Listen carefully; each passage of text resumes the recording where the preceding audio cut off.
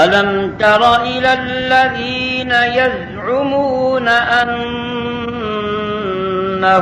آمنوا بما أنزل إليك وما أنزل من قبلك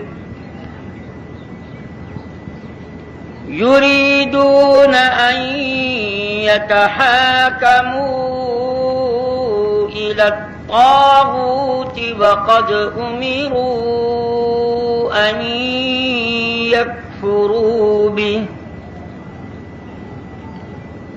ويريد الشيطان أن يضلهم ضلالا بعيدا.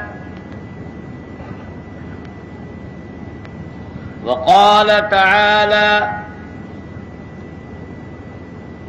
وما كان لمؤمن ولا مؤمنة إذا قضى الله ورسوله أمرا أن يكون لهم الخيرة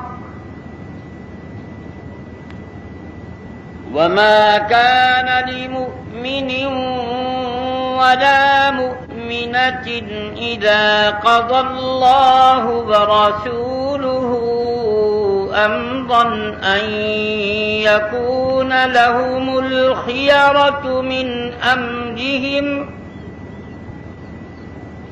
ومن يعص الله ورسوله فقد ضل ضلالا مبينا.